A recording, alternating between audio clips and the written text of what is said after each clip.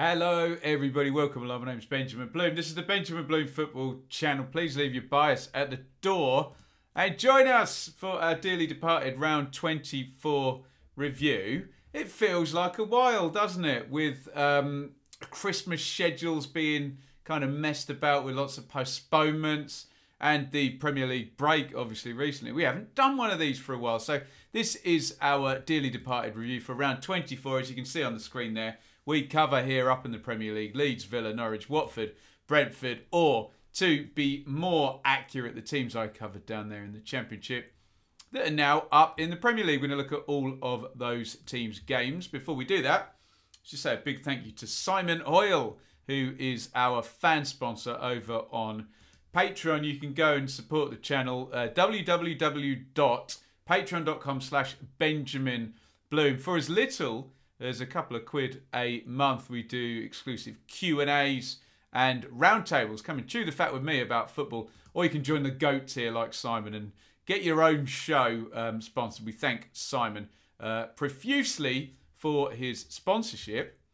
And here were the results in round 24. Eagle-eyed watchers will know, and I'll give the game away. It's 3:10 on Thursday. There's still two games to go in this round. So our league table is not completely up to date yet, but all of our teams have played. You can see the blue bell, and there's only 4 of them because we do have a dearly departed derby as well. And in our games, it was West Ham 1, Watford 0, Man City 2, Brentford 0, Norwich 1, Crystal Palace 1, and it was Aston Villa 3, Leeds United 3, and that one is indeed where we are going to begin. Now, I love it when these two teams play. I've really enjoyed covering Villa and Leeds over the years. Obviously, a pleasure for me in the Championship because they're big clubs and they have big fan bases and we made lots of friends. They do tend to be a bit snipey with each other when they play, but I think both sets of fans would admit it's a good rivalry, and I've seen a fair few of the games, and a lot of subscribers, particularly from the Leeds end, first saw one of my videos from the 3-2 win from Leeds at Aston Villa, which was just one of the most exciting games I think I've ever seen in my life. It was brilliant. Then I was at the return game when Villa are just going to get promoted that season, win the playoffs, and Leeds are going to lose, and Adoma walks the ball in. Then behind closed doors, we had the Bamford hat-trick, didn't we? And then Villa won at Elland Road. So look, it's always a really good rivalry. And here's the latest chapter, 3-3. Absolutely tremendous stuff at Villa Park last night indeed. There's your Villa team, a Stevie Gerrard 4-3-3 as we now know it. Martinez in goal, Digne, Mings, Konza and Cash. Target gone, Digne in down that left-back position for good now, we think. McGinn, Louise and Jacob Ramsey. How much is this guy going to be worth? Another 2 goals for him in this game. Buendia, Watkins and Coutinho. Coutinho was in fine form as well. And look, Coutinho left, Buendia right. Gerrard trying out a few things. Buendia has been so effective down that side. It's taken a while for us. I think he was playing down the left to see him in that position, but been very eager to watch his progress. He's over to the right-hand side. For Leeds, Meslier in goal. Ayling, Urente, Straric and Dallas. So still no Firpo there. In the central midfield, I mean, it says a double pivot. It's normally a 4-1-4-1 with Bielsa, but hey, let's not get bogged down with all of that business. So Click and Cock. Let's say it was Cock in front of the back four with Click, Rodrigo, central, Rafinha and Harrison wide. Dan James up top. So Leeds still not quite there with their strongest 11. But when I look at that, yes, I know there's no Calvin Phillips and I know there's Pat Bamford. But otherwise, I'm not too worried about that being too weak. Stuart Dallas out of position at left back, fine. He's played there a million times. Dan James up top, okay. He's very quick, but Bamford would be an upgrade. However, Dan James is going to score 2 goals in this game. In fact, why don't we get into that? Because Dan James opens up the scoring after 9 minutes. Good direct play as ever from James off Rodrigo's assist here. And he drills that one with the right foot into the far corner to give Leeds the lead on 9. And then, whoosh from Aston Villa. 3 goals before half-time. In fact, 3 goals in 13 minutes. Big turnaround here in this one. Issues down the right-hand side, I would suggest, if you're a Leeds fan, you'd probably be saying, how is that cross allowed to get in from that right-hand side? Cash gets the run on everyone. Across it goes. And there is Phil Coutinho. But from then on, it's such a good finish. You can see Melié's on his toes there. I think Llorente's just ready to block. And Coutinho, not for the first time I'm going to say in this review, just quality, just sweeps it right into the far corner in the side netting 1-1. And then as for this next goal, you just have to really admire. It's a beautiful assist by Philippe Coutinho for this one. He spins Ailing, who's maybe just gets a bit too tight and gets rolled. But then the angle and the weight of the pass is really lovely from Coutinho to play Jacob Ramsey in, who looks like the next one off the rank, doesn't he, in terms of they sold a hometown hero, didn't they, who came through. Ramsey looks fantastic, doesn't he? In he goes behind, takes his sweet time, but sticks it in with the left foot. And here he comes again. And it's a great partnership. Coutinho and Ramsey. Coutinho on the left-hand side. The attack's building up and he's clever. He doesn't go straight through with the through ball, just cuts back. Ramsey is making that run. In he comes, arrives beyond everyone else and smashes it into the net. What a turnaround for Villa in that first half. After Leeds took the lead, Coutinho, fantastic. Ramsey, fantastic. 3-1 Villa, but there is going to be a goal back just before half-time. And I'm not entirely sure how Dan James, given his height, and Tyrone Mings, who I often get accused of being a Tyrone Mings apologist because I'm an Ipswich fan, but he didn't have a great game in this one. He's going to make a mistake later in the game as well. And Dan James somehow manages to force that over the line. I think basically James, Mings and Buendia all kind of jump into each other at the same time there as the ball sails up in the air. What you'd want, if you're a Villa fan particularly, is, I think Mings is like 6'3", 6'4", to just get up there and head that out for a corner or head it over his own bar. It doesn't work, does it? And it just pops in over the line off James, who gets his second. So maybe my Bamford comments, but look, come on, Leeds missed Bamford. But look, 2 goals for Dan James in this one. And then into the second half, 63, here is Diego Llorente. Set play comes in. It's poor from Mings again. It's a swinger with his right foot. Doesn't get anything on the clearance. And Llorente, it's actually a surprisingly good finish. I thought, oh, he just forces that over the line. But they do show you an angle from behind the goal. And he does give the keeper the eyes and then sweep it in the far corner from all of, you can see there, 6 yards out. 3-3. What a match there. Ezri Konsa does get sent off before the end of this one as well for a second yellow. He just obstructs Meslier when he's trying to take a quick throw out at the end. But tremendous stuff by the two teams and by the two managers. Let's look at the numbers and see what they tell us. Normal fare really for a Leeds game, and Villa are becoming a nice exciting team. It was very methodical under Dean Smith, wasn't it? And maybe they're a little bit more up and at them now, Villa. Good fun. Enjoying this, covering both of these teams. 60-40 possession to Leeds. 16 shots to 12 in Leeds' favour. 8 shots to 4 in Leeds' favour. 11 corners to 6 also in Leeds' favour. And 3 big chances to 2. Look at the shot map. Look at the XG. 2.35 to 1.6 in Leeds' favour. So what this tells me, and you can read statistics, the interpretation is up to you. I do this a lot, and I look at a lot of stats and a lot of how games weigh out, and I try and use my eyes. What this tells me is that Leeds possibly edged the, the game state.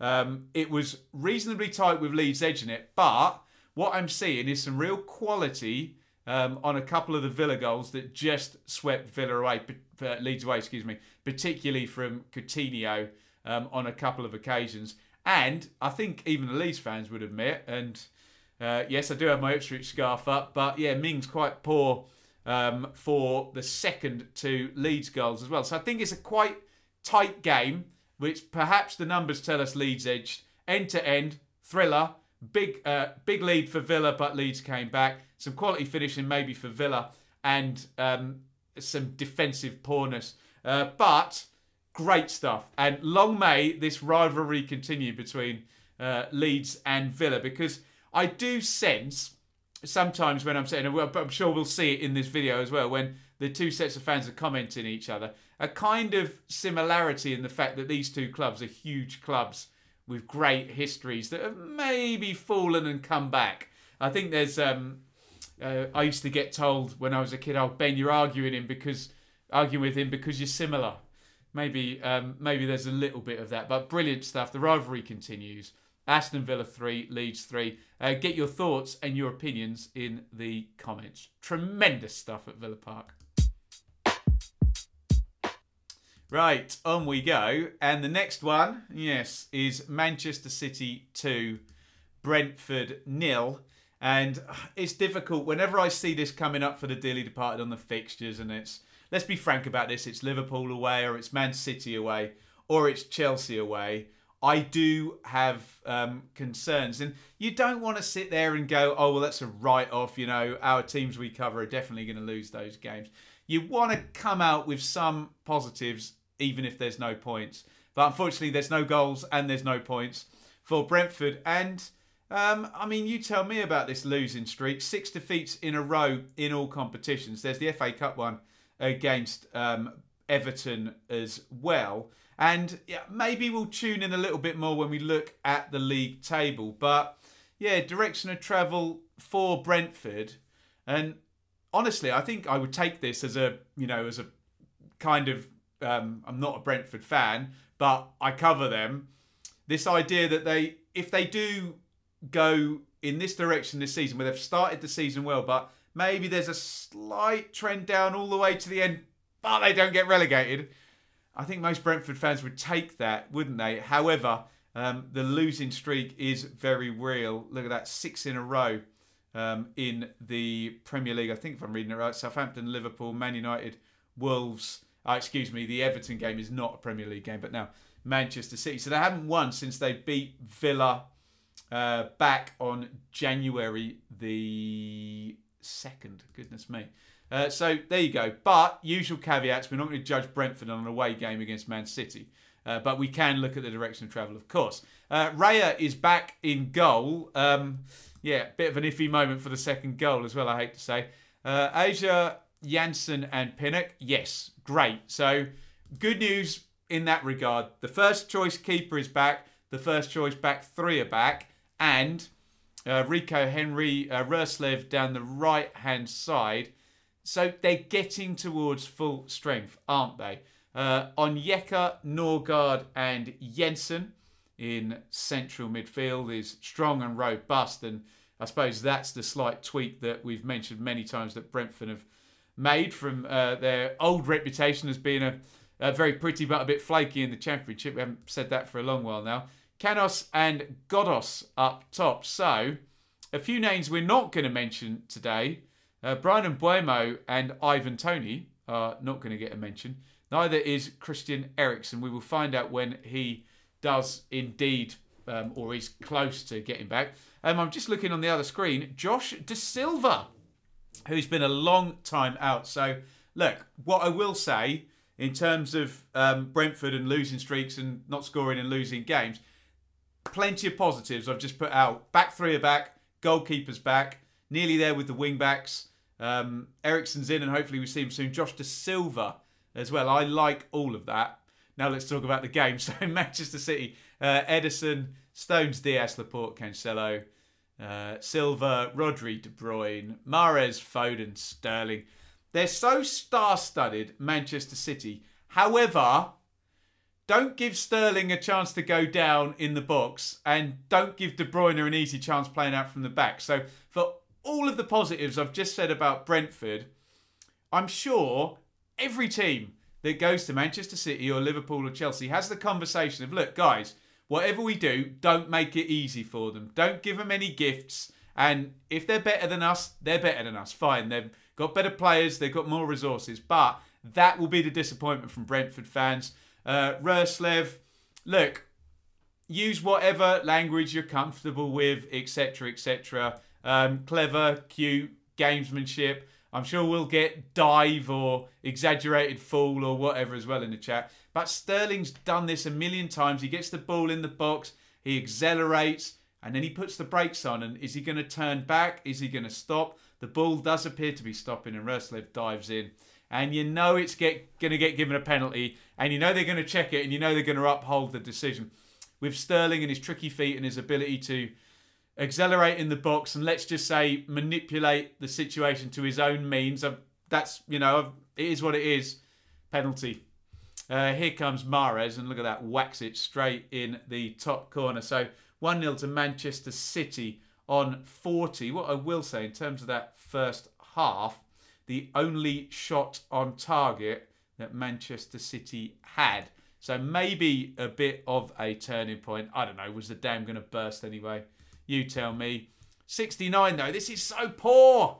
Oh, it's so frustrating as well. Brentford playing out from the back, and it goes out to, I think it goes to Norgard, maybe to Pontus Jansson, then back to Raya. Forgive me if I got the order wrong. And then it's just a dreadful pass by Raya, and he holds his hand up afterwards and goes, look, sorry guys, that was my fault. He then makes a good save, but look who the ball goes out to. It's Kevin De Bruyne. He's one of the world's best. And of course, with his right foot, he just sweeps it into the empty net. And for all of the discussion we can have and have had about Brentford and a possible losing streak and Man City being favourites and all of that, it is a silly dive in the box and a very bad clearance. So frustrating, I think, for the Brentford fans. Let's look at the numbers. Okay, look, 76% possession, Man City, 15 shots to 6, 9 corners to 3, 3 big chances to 1.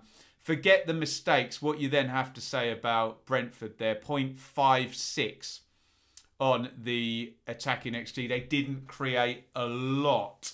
And it's just one of those. I know Rico Henry went through in the first half, didn't he? He was behind the lines, and I had a good look at the replay, and he doesn't quite get hold of the shot, does he? If he gets a nice clean shot towards the far corner, I think he could have scored there for Brentford. I think that might have even been at 0-0 as well. But look, it is what it is, and we can't say, well, I mean, we can, but in the reality we lived in, Brentford did concede the penalty and they did hand the second goal. And we will never know what would have happened in terms of were Man City quite at it. We don't know. They didn't need to be. And we'll have a look at the league table in terms of where Brentford are heading and what the others are doing as well at the end of the show. Let me know your thoughts on that one. Bit of a frustrating one, that especially given perhaps how the goals came about. But still, maybe some positives in terms of some returning personnel there. Get your thoughts in. Man City 2, Brentford 0. Right, who is next in the line? Right, Norwich 1, Crystal Palace 1. And this is good because I haven't had a chance to speak about Norwich for the longest time. And we have to say they're in good form and things feel very different. We may analyse this game against Crystal Palace and say, oh, okay, maybe they could have lost that one. But they didn't. And they're not losing at the moment, are they? And this Norwich run, okay, we have to speak about Newcastle, who also maybe are rising at the same time. But this Norwich run is good. And they won against Charlton in the Cup. And in fact, the last game before that was against Crystal Palace. And I think it was just a case for Dean Smith. They were on a terrible run. They won against Charlton in the Cup. They lost to West Ham in the Premier League. Okay, West Ham away. Look, West Ham are good. Then they had the win over Everton. And they had that win, we covered it, didn't we, on the watch-along against Watford. And you're like, boom, back-to-back wins. And we've said a million times, the standard at the bottom of the Premier League is rubbish. Nobody's been winning. No one's scoring any points. Win a couple of games in a row. Even win one, draw one. And watch the needle go, you know. Watch the envelope be pushed. Use whatever cliche. Another win in the FA Cup. And then you're starting to look at it. 3 wins in 4. And a team that people were look, some of the comments were disrespectful about Norwich, but they were stinking it out earlier in the season, weren't they? And looking like there was going to be no challenge. And now all of a sudden, some wins, a bit of fight, and you can say, right, I can make an argument for Norwich staying up now because of these results. And, okay, we'll look at this game, and yes, there's going to be a dreadful missed penalty, and perhaps they could have lost. But Norwich are now scoring points, and that is 1 defeat in 1, 2, 3, 4, 5, 6. And if you can't win, don't lose. Be hard to beat. Be competitive. I have just looked and seen their next 2 games are against Man City and Liverpool. So we'll park that for 1 second. But well done, Norwich, for changing the feeling about the team and leveraging cup games, the fact the bottom of the league is crap, and going on a decent run. So you have to give Norwich some plaudits in that regard. And they haven't lost this one against Crystal Palace. And think where they were on the 28th of December when they were getting thrashed by Crystal Palace. And it looked like, you know, they could go adrift and score, I don't know, whatever low total for the Premier League season. Anyway, here's your Norwich team. They're gunning goal. Aarons, Hanley, Gibson, Williams, Placheta, Rasica wide, McLean and Luis Melu, Ida and Pukki. And we said this before about Norwich and the, you know, sort of simplification of everything from the Daniel Farke system, which was brilliant in the Championship, wasn't it? And get the fullbacks forward, rotate in midfield, circulate the ball, have tons of possessions, score loads of goals, get 90 points. That hadn't worked in the Premier League. And Smith has, I think, been quite smart and simplified it. And the results are coming. We'll see what happens going forward now, of course. Palace, Gaita in goal, Ward, Anderson, Gay, Mitchell, Schlupp, Hughes, Gallagher, Elise, Mateta and Wilf Zaha. And Norwich, and this is another thing as well, and we've said about these teams down the bottom of the league, make the most of circumstances. So when you're down there, you're going to lose a lot of games during the season. But when the circumstances are good, when the going is good, when the opponents have had a red card, when the opponents have got an injury, when the opponents are out of form like Everton were or Watford were, when the lights go out at Watford, take advantage. And Norwich have been doing that. And you have to say they did it again here because they're in form, at home, and they're scoring the first minute. And that's another example of what I'm saying. And this is Teemu Pukki. And yeah, I want to talk about this goal because I think there's something sort of quite fun about it that's worth discussing. You see Pukki there with the right foot in the first minute. Adam Ida, he's got the assist. That must have been cut back and just laid off to him. Now, I remember Frank Lampard, maybe someone talking about Frank Lampard, saying that he changed his shooting style when he was young, and he almost sacrificed hitting the ball in a cleaner fashion to be able to get shots off that were earlier and more unpredictable, and therefore more difficult to save. And I'm sure lots of us will remember Frank Lampard, and I remember laughing at someone telling me Frank Lampard was a lucky player. And I'm kind of like, no, he's a brilliant player. You score that many goals, it's not luck. And I see Teemu Pukki here, and I see him hit that shot early, and it kind of bobbles and bounces in the corner and goes in off the post. And you say to yourself, you start to think about this Frank Lampard story, and you say to yourself, that cannot be luck. You know, this is a guy, Pukki, we know, who's a great finisher and very good at hitting it early and finding the corner. And I thought of that Frank Lampard thing, because you look at it on the surface and think, that's a horrible bobbly shot. Lucky so-and-so, it's gone in the corner. And you think, no, it won't be luck, will it? So Pukki, fair play to him. He hits it nice and early, gets it right in the corner. And Norwich lead after 1 minute. And Gareth Ainsworth was saying this on the Sky coverage. There's another chance Pukki gets, and he doesn't hit it nice and early, where a scuffy shot right into the corner that to the untrained eye, the layman like you and me, you might think is lucky, but no. If we've got stories of people like Frank Lampard deliberately working on a technique for shots that can be really, really early with less backlift, might be a bit bobbly and less clean, but they all go in, don't they? And they all go in the corner. And can the keeper save them? Can the keeper read them? No. There you go. Thought that might be of interest. Let me know if you've read the same quotes about Lampard. But yes, and Pukki then does have another chance at 1-0. And he takes a touch and you think, God, just hit that with the left foot early. Norwich could have been 2-0 up. But they weren't. And here comes the Wilf Zaha show. And how good is this? Comes in off the off the left-hand side onto the right foot. I mean, look, you can always find a mistake in any goal. And you can say, are they tight enough? But there's a point where you say, it's Wilf Zaha. He's a brilliant dribbler. You get tight to him and you can see the penalty or he goes the other way. So it is what it is. Sometimes you hold your hand up and say, there's a reason why people like Wilf Zaha play at the level they have done for so long and they're so important to the likes of Palace. He bends it in the far corner. It's a great goal. Now, here comes the penalty. And who's that going down? I can't tell you. It's Tyreek Mitchell, isn't it? Number 3. And I think Max Aaron's reaction is quite telling here as Mitchell goes by. And I suspect Max himself would have gone down in this situation. And he just gets the wrong side and a little click on the heels. Down he goes, penalty. I don't think there's any argument from Max Aaron's or that front row of Norwich fans behind the goal there. Penalty, but I don't know what on earth happened here. And look how much he misses by. Goodness me, Wilf Zaha, he looks down at the pitch, but he's obviously got his feet in the wrong place, got his balance wrong, his technique's gone. Can look down at the pitch all you like, but free shot from 12 yards. Should score, shouldn't you? Although, look, it's 0.77, isn't it, on the XG? So 1 in 5 don't go in, apparently, according to that number. And Palace do not go on to win the game, and Norwich do get themselves another point. So look at the numbers and look at the XG and the shot map and the timing of the goals. And you might conclude, okay, maybe Norwich got away with one a little bit. They scored really, really early. Did have the other chance through Pukki. But I think, was it their only shot on target? Yeah, their only shot on target during the game.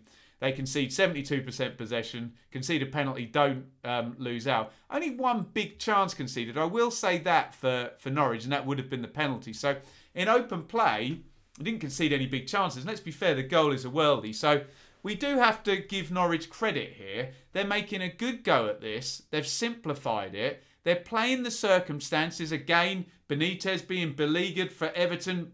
Get in there. Beat him. Lights go out at Watford and Ranieri beleaguered. Get in there. Beat him.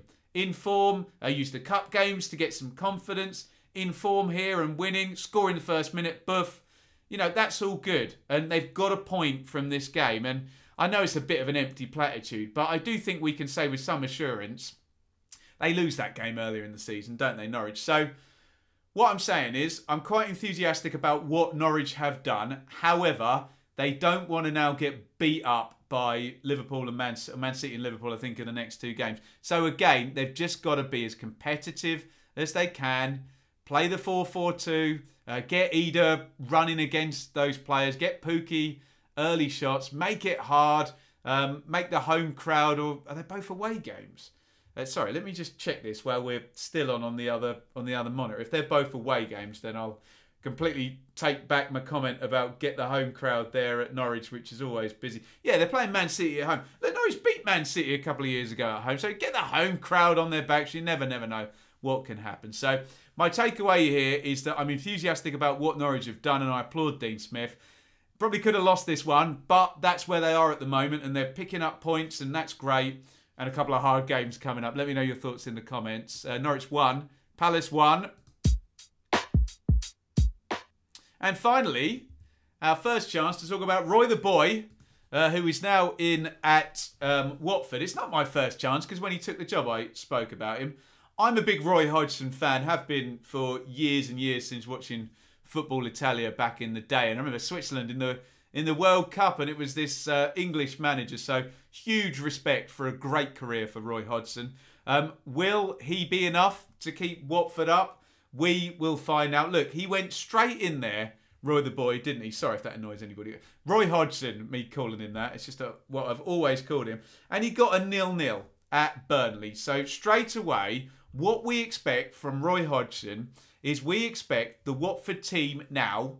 Well, put it this way. If you sit in the upper tier of any game now watching Watford and you look down, you will expect to see the team shape be beautifully organised, laid out and well rehearsed, because that's what he's done year on year. He sets up teams that are hard to play against, that are well drilled and that look very symmetrical and sensible, pragmatic, maybe cautious sometimes on the pitch. That's what we expect. He's gone in there straight away and got a 0-0 against Burnley. We'll look at the table, as I've said a million times, at the end of the show.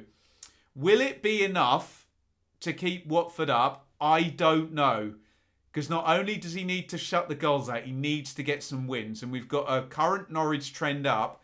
And I would be worried about Newcastle if I were a Burnley fan, a Norwich fan, a Watford fan, or even an Everton fan. But anyway, so this is what Roy went with at West Ham, which is a difficult away game. We know that. Foster in goal. Firmino, Cathcart, Samir and Kamara.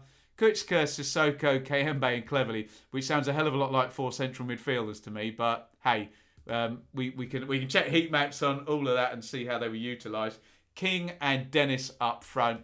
And we look, there's no secret about what Hodgson is going to do. And it's been very successful over the decades. And he's had a magnificent career, hasn't he? Whether it's magnificent and entertaining and there's loads of goals in the Watford games, possibly not. But will their points per game slightly trend up? I suspect it might. Will it be enough? We will find out. West Ham. Look, I'll get this out of the way now. I'm not talking about Zuma. It's been talked about enough.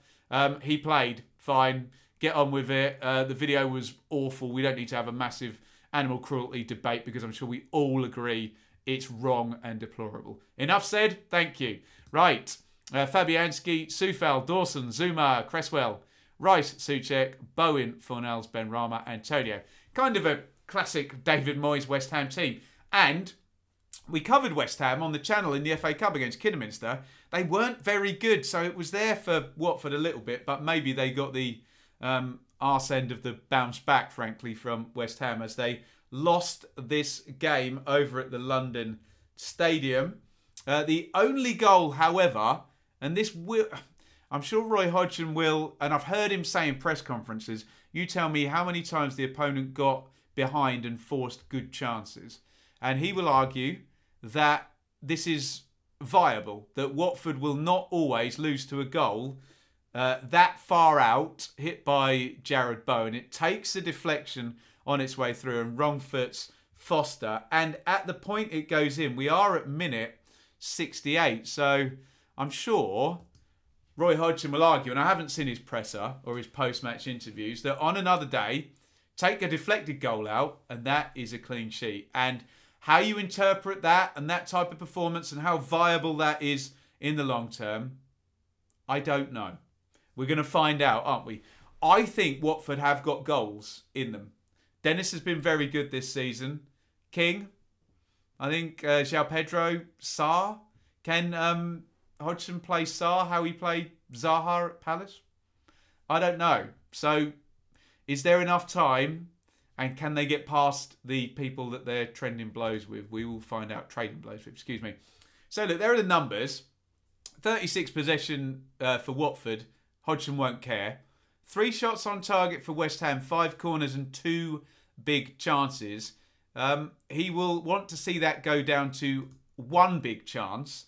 And I wouldn't think he's that massively unhappy with conceding 3 shots on target. 9 maybe. But watch those numbers now. Watch it week on week for Watford, because this is what he'll try and do. And can he get a tune out of those attacking players we just mentioned? What I would say is 0.33 on the XG for Watford. Yes, not incredible. But watch that maybe. You can see 1.11 for West Ham. Can he get that down towards 1 and then below 1? I'm sure, as a rule, he'll be happy enough if that number continues to come down. We'll see how it works out for Roy Hodgson there. But I think probably I'll hold fire until we look at the table, because we've got to look at the picture now for these dearly departed teams, specifically Watford and Norwich, as it pertains to Newcastle and Everton as well, because that was a game this round. So look, get your thoughts in on Hodgson's impact and that particular defeat, and generally the viability of Hodgson going forward now, and this Watford squad. West Ham 1, Watford 0. Right, we have promised it many times. Here is the league table. So first of all, Aston Villa are our flag bearers there. They are the dearly departed champions-elect at the moment. 27 points from 22 games. I think things looking good. Mood good. Gerrard settled in. Coutinho great. Ramsey great. Buendia improving. Digne in. Yeah, good. Villa look good. Can we get them in the top half now? Leeds and Brentford there in 14th and 15th, tied on 23 points. However, I'm looking at number of defeats and trend. I'm looking at Brentford's 13 defeats and the losing streak. And I think we can reasonably see Leeds overtaking Brentford sometime soon. Maybe. I don't know. Get Phillips and Bamford back out. We said that a million times, haven't we? Now, the gap between Brentford and Leeds and the bottom three has closed up a bit and is now 6 points. Am I worried that... look, we know Norwich have got Man City and Liverpool in the next 2 games. So, is the gap between Norwich... and look, Watford are 2 points behind. So let's say Norwich and Leeds and Brentford are going to close up in the next 2 games. Probably not. Okay, but if streaks continue, particularly the Brentford one, there is a worry. Okay, Everton, I don't know. I don't see Everton as a relegation team, but I said this at the start of the stream, and then someone rightly said after Newcastle beat Everton, well, maybe. We'll see. We'll see there. Now, here are the interesting ones. So there is Newcastle. They have got 8 points from their last 4 games, and they are out of the bottom 3. And they have now put Trippier, Wood, Guimaraes is coming in central midfield, and Target into their team. That would concern me were I a Norwich fan or a Watford fan. And a Burnley fan, but we don't cover them, do we? So, yes. The Newcastle trend up we predicted may happen in mid-February. May be happening in mid-February. We'll see how we go, but that would be concerning to me. Norwich have done their bit. You do now worry with the next 2 games whether there's a bit of a trade-off. And where will Newcastle be? And are Everton catchable? Everton never get relegated, people like to say. I think they got relegated pre-war, didn't they? But certainly post-war, they've always been up there. Watford, I refer you to my comments about Roy Hodgson in the review there. Can he get the defence working? Look, he will, won't he? We know he will. And then, can he leverage the quality of Sarr, João Pedro, Dennis, King to get him some goals? And can he get past Newcastle? Oh, there you go. Let's have a look at the next round of fixtures. So, Brentford play Palace. Yeah, okay. Ron Node's derby. I'm sure his name will be mud, particularly with the Palace fans. Everton versus Leeds. Woof is all I can say to that one. Watford versus Brighton. It's tricky, but hey, we'll see. I'm sure Hodgson will enjoy going against Potter. Norwich versus Man City. Look, it's hard. Norwich get anything, they'll be happy. Yes. If they don't get pasted, maybe they'll be happy. Who knows? Like I said, they beat them a couple of seasons back, didn't they? Newcastle versus Aston Villa. So Villa can really give a hand to Watford and Norwich, particularly down there. Fascinating picture down in the relegation zone. It's been snail racing for the longest time, and everybody's made a change. And I suppose Burnley have brought in a new honking great huge striker as well, haven't they? So let's see how it all plays out now. That has been our round 24 review. Thank you again to Simon, who's our fan sponsor. 25 years as a Brentford fan. Finally, the bus stop in Hounslow are in the Premier League. Yes, they are indeed, Simon. Thank you so much for your sponsorship. Do please join in if you want. www.patreon.com/Benjamin Plymouth. It'll always be free here on YouTube, but that is a fine way to support us. Thank you, everybody, for watching. We're going to be back after the weekend. 3-game week. All ends up, not in the Premier League, but it was FA Cup, midweek Premier League, weekend Premier League. So we'll be back talking about that. As ever, get your comments in. We try and have a nice high bar for, you know, good debate, friendly debate. Let's keep the emotions and the name calling and the blah, blah, blah out. Let's talk about the football. It's okay to disagree with me. It's okay to disagree with other fans. let's not be a prick and let's make this the best place to debate football here on YouTube, where it can sometimes deteriorate into head banging against wall inducing rubbish, screaming and whining very quickly. So if you want good debate, we promote it here, and we would encourage you to subscribe to the channel if you haven't done already. Thank you everybody for watching, and it is a lovely big over and out from me for this episode of Dearly Departed. Thank you so much for watching. If you enjoyed this video, please hit the like button to see more videos from this channel. Hit the subscribe button, and to be notified every time we upload, ring the bell for those notifications to come through on your device. If you really want to support the channel and me as a content creator, I will be eternally grateful if you head over to the merch store and grab something, or support over on Patreon, patreon.com/Benjamin Bloom. Thank you for your time. Go and watch another